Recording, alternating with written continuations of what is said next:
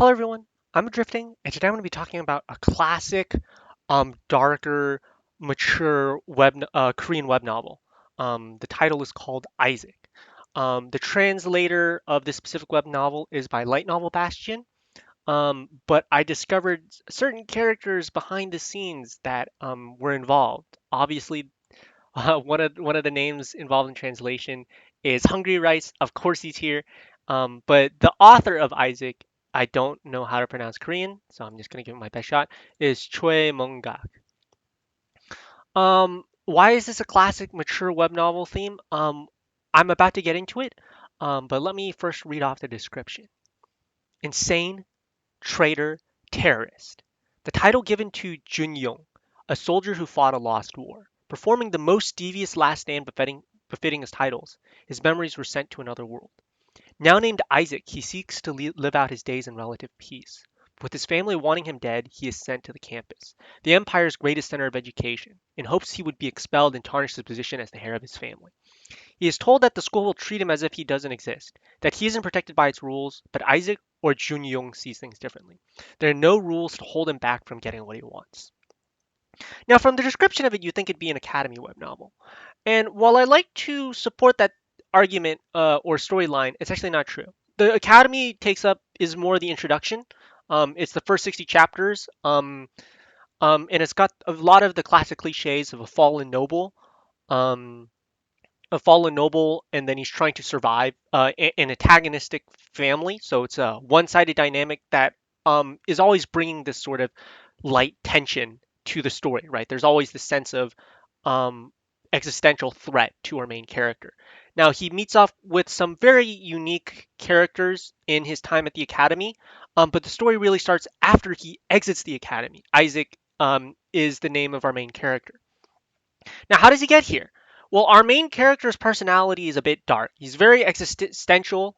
One would even say suicidal, as you will kind of see. But it's also insanity, and this actually plays a very unique role in his character dynamic. Um, Obviously, we have a discongruency or a cognitive dissonance of what the description describes him as and how he appears. And the author writes this story very well in characterizing Isaac, but also like it's also very self-deceiving. If you really read into it after you've read the full story, you'll find that the author is a very unreliable narrator. Not as unreliable as a third-person POV describing themselves, but it's just more like the way they portray Isaac is very deliberate and it's a very sympathetic view. But as you get into the later chapters, you start to realize a lot of descriptions of Isaac are true, and you get hints of that, right? They describe him as a sleeping monster, right? And um, at a certain point around chapter 300, he became less of a hero and more of an anti-hero, right? You start to realize his morals aren't exactly where it's at.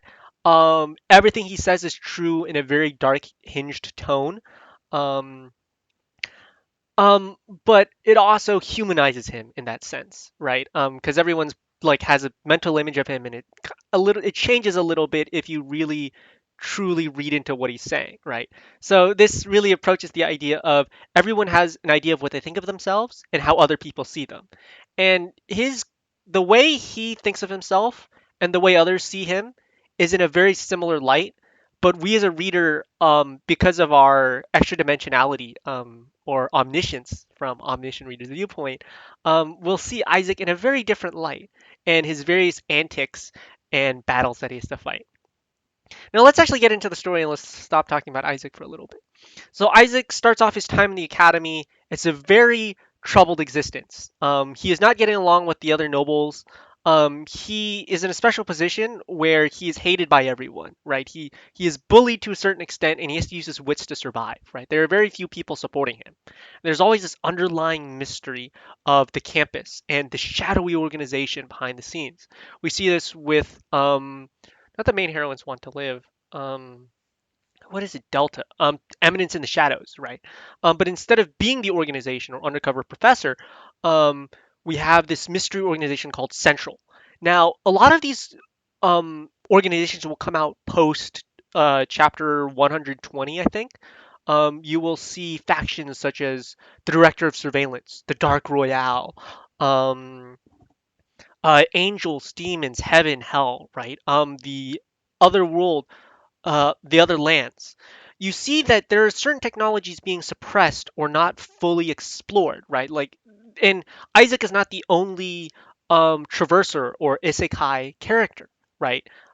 Which is actually one of the really fun stories, right? You see that with Inso's Law or Reverend Insanity, where there are multiple otherworldly entities, such as in Otherworldly Evil Monarch. Usually, there's only one isekai character, but in this one, there are multiple, and they all play a very distinct role. And there's just a lot of mysteries abound. But with Isaac as the central point, what is it called? The critical point of the story. A lot of the stories and characters usually revolve around him. Um, Very little romance or harem, and more just basic character interactions. The romance aspect is almost non-existent or very simple, and just left to the end, the epilogue. Um, and there's always a lot of questions being asked. I feel like there's a lot of intelligent descriptions being described. I just can't seem to understand it. Like at least Steins Gate, like the plot was easily followable. This one is feels like they deliberately try and make it super intelligent, like Sherlock Holmes with deductive reasoning. But half the time I just get really lost. Like I know something cool is happening, I just don't know what. So I would describe for Isaac, there's a really cool factor to it, but it's also really dark. Also, I know I keep saying Isaac, but the web novel cover is ISSAC, which I think I have no idea why. I think it has to do with the Korean name. Um, but yeah, Isaac is our main character. He's is he of the Rondart family? I believe he's the Rondart family, right? Or am I confusing a couple web novels? Okay, I'm just gonna go with the Rondart family. Um, Yeah, he's the Ronard family. Sorry, because I'm reading a couple. I read Star Encounter before this as a space opera, so I'm confusing this with that. And there's a lot of but the relative web novel length of this Korean web novel is on the shorter side. Our main character is definitely on the lazier side. He definitely likes to use his brains, but he's like is trying to do that retired life sort of thing. But then the world just won't let him retire. So it's one of those stories.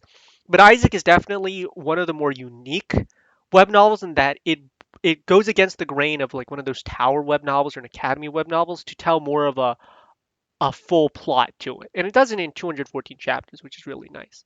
So if you want to get away from a lot of the cliche tower or dungeon web novels, Isaac is a really fun web novel. It doesn't fully escape the isekai trope or science fiction trope, but hey, it's at least one step in the right direction, especially when it was written too. It came out with the same time as Arena, Master Hunter K, Steel Station Necromancer, and in my opinion, this really rose to the top of it was really one of the stories of the cream of the crop for translated web novels. So that's it for Isaac.